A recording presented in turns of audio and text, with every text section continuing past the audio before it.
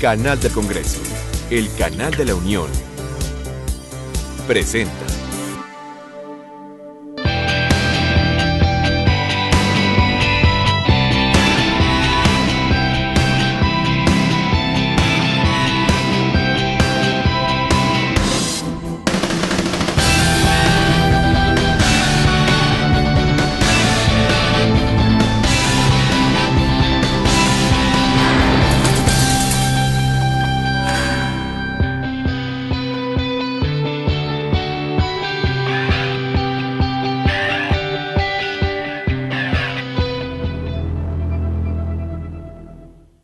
Nos congratulamos en esta tarde con la presencia de distinguidas personalidades que nos hacen favor de acompañar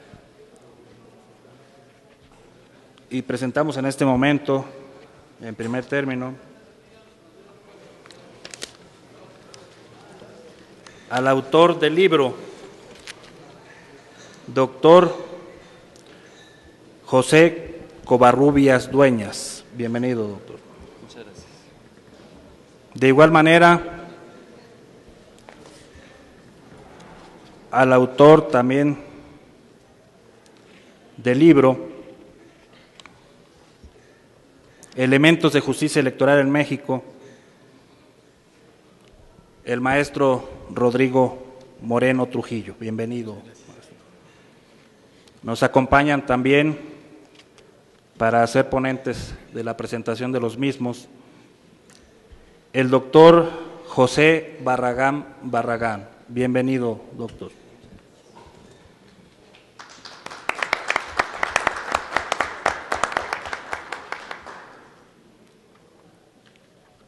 La doctora María del Pilar Hernández Martínez.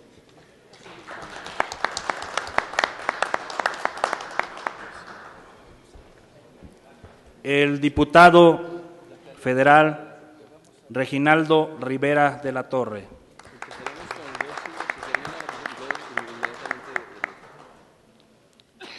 El diputado federal Felipe Solís Acero.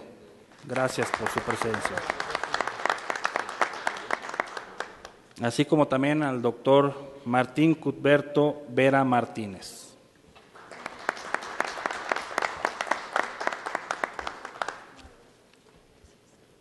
Vamos a llevar esta reunión de la siguiente manera.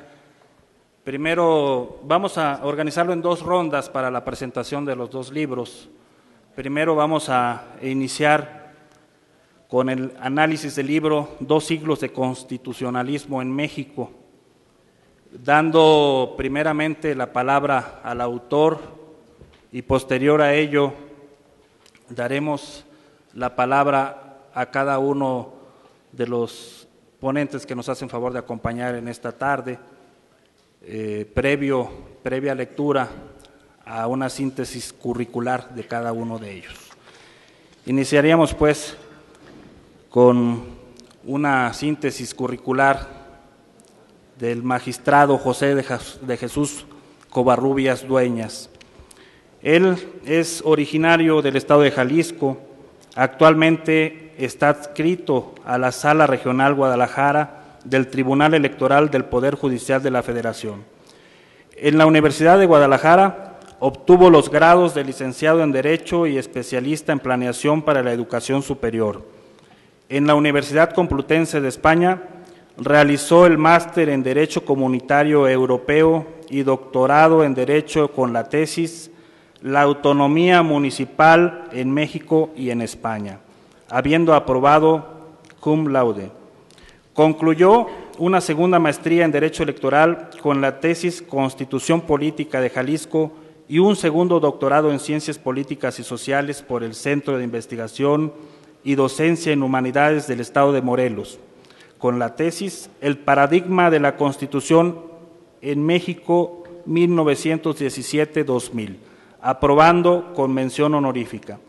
Ha sido docente desde el año de 1979 en la Universidad de Guadalajara y en diversas instituciones académicas del país y del extranjero.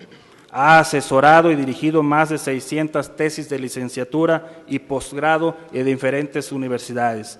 Es autor de diversos libros, como son Derecho Público Electoral, coeditado por el Tribunal Electoral del Poder Judicial de la Federación y la Universidad Panamericana. Es coautor con el licenciado Rafael Covarrubias Flores de la obra La Sociología Jurídica en México, una aproximación, la autonomía municipal en México, ensayo Democracia a la Mexicana, Derecho Constitucional Electoral, coautor con el licenciado Rafael Covarrubias Flores de Valores y Principios del Pueblo Mexicano, Constitución para la República de México. Ha publicado 61 obras, de las cuales 49 son concernientes a las materias constitucional y electoral. El 8 de marzo del 2005 protestó ante el Senado de la República como magistrado electoral. Vamos pues a ceder el uso de los micrófonos al magistrado. Muy buenos días, muchas gracias, señor diputado Hernández Jesús Orantes López, por recibirnos aquí en el recinto de los representantes del pueblo de México para presentar precisamente una obra que se dedica al pueblo de México, que se llama 2 siglos de constitucionalismo en México, que platicábamos hace un ratito con el señor diputado Felipe Solís Acero, de que es una obra que parte del Constituyente de Cádiz del 24 de septiembre de 1810 y que concluye el Constituyente de Cádiz del 20 de septiembre de 1813. Por eso tomamos ahí, les digo que esto se puede decir, más no escribir, es la idea de ver el ADN del constitucionalismo y de las normas que hay en México, que como bien lo percibió el diputado Felipe, pues parte también de Cádiz y coincidimos con esa opinión tan importante.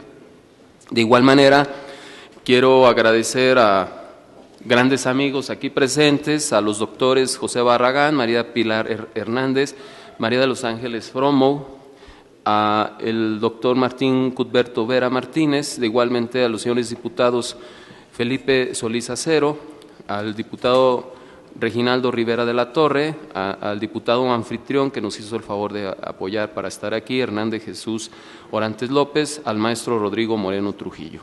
Mi participación será en 3 aspectos fundamentales.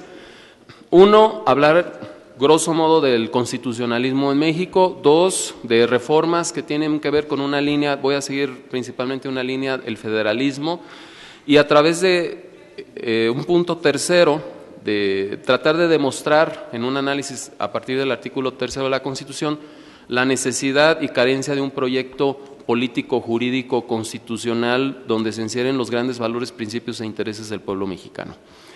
Como todos sabemos, en el siglo XIX tuvimos pues varios proyectos que se pueden hablar desde Rayón, de la Constitución de Apatzingán, el proyecto de Iturbide, la Constitución del 24, las constituciones centralistas 1836-37, 1843, el Acta de Reformas de Deutero de 1847, la Constitución de 1857, el Imperio de Maximiliano y su Estatuto de 1865, para cerrar pues algunas normas rectoras que trataron de imponerse.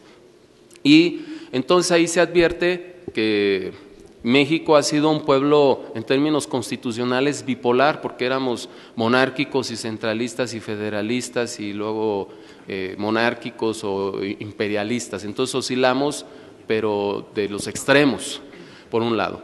En cuanto a las reformas del Constituyente de 1916-17, yo quisiera destacar unas líneas que parece que México logró un pacto, pero como que en estos días vemos como que la cosa no está tan claro de los grandes pactos respecto a los valores, principios e intereses de la República, y voy a tratar de ilustrarlo de esta manera.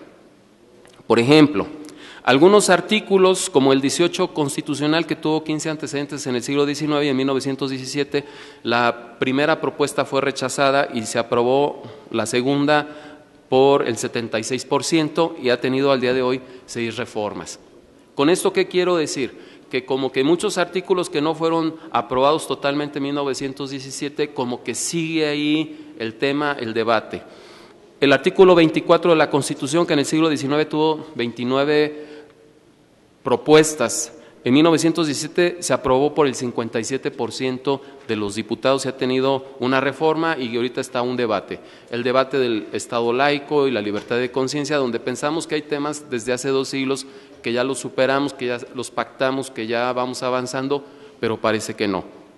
Otro gran tema, que aquí el doctor Barragán es un gran experto, el federalismo, por ejemplo, el artículo 28, o el artículo 73, 76, 79, el 115, el 117, por señalar algunos. Por ejemplo, el 73. En 1917 se rechazó parcialmente por el 67% de los congresistas. Tuvo 30 antecedentes del siglo XIX. ¿Esto qué quiere decir? Que como que los debates siguen ahí, como que la falta de acuerdos siguen ahí, y eso para el espíritu constitucional me parece que es muy dañino. En ese mismo orden de ideas, quiero decir, por ejemplo, el artículo 27 de la Constitución lleva 15 reformas, el 123, 21 reformas, que son las garantías de interés social, paradigma que aporta el constitucionalismo de México al constitucionalismo del planeta, así como la economía mixta. Me voy a referir ahora al artículo 3º constitucional como también otra muestra de que nos hace falta un proyecto claro, definido en México, en este caso en materia de educación. Por ejemplo, el artículo 3º en el siglo XIX tuvo 23 propuestas. En 1917 fue aprobado con el 64% de los diputados y al día de hoy tiene 7 reformas, que son de 1934, 1946, 1980, 1992, 1993, 2002 y lo que viene a ser el 2011, la del 10 de junio del 2011. Por ejemplo, si nos referimos a la reforma de 1934, donde se hablaba de una educación socialista, o la reforma de Torres Bodet, siendo presidente de Ávila Camacho en 1946, vemos ahí un cambio. Y si podemos seguir analizando muchos artículos de la Constitución, vemos que no solo han habido cambios de redacción, sino de fondo en cuanto al proyecto de país de la República. Eso es lo que yo quisiera resaltar en este momento, y que esto se advierte de esta obra, donde es una, trata de ser una recopilación científica, metodológica, para que la opinión pues sea del pueblo de México, de los que saben que son ustedes. Por último, quiero yo destacar que este día que es muy importante, que en este mes donde estamos hablando del 5 de febrero, del 24 de febrero, del 95 aniversario de la Constitución, por eso para mí es un máximo honor también estar aquí. Llevamos al día de hoy 20,000 encuestas realizadas por alumnos míos de la Universidad de Guadalajara en relación a la Constitución de México y a la de Jalisco, que si la conocen o no. Más o menos de los alumnos de la universidad, alumnos universitarios, ni siquiera el 10% de los alumnos universitarios han leído una sola vez en su vida la Constitución. Los que ya van saliendo de la carrera de Derecho al final, más o menos, ya están por egresar, no llegan ni al 50%. Alumnos de maestría, un 70%. Entonces, ¿qué quiere decir? Que hay un desconocimiento. Ahora, en cuanto a la celebración del 5 de febrero, como se cambian los días, hay unos alumnos o ciudadanos que preguntan que si hay Constitución en Jalisco. Porque la primera pregunta de la encuesta es, ¿conoce usted la Constitución de México? Y luego preguntan los alumnos, ¿toda? ¿La han leído? ¿Toda? Claro, los 136 artículos, ¿no?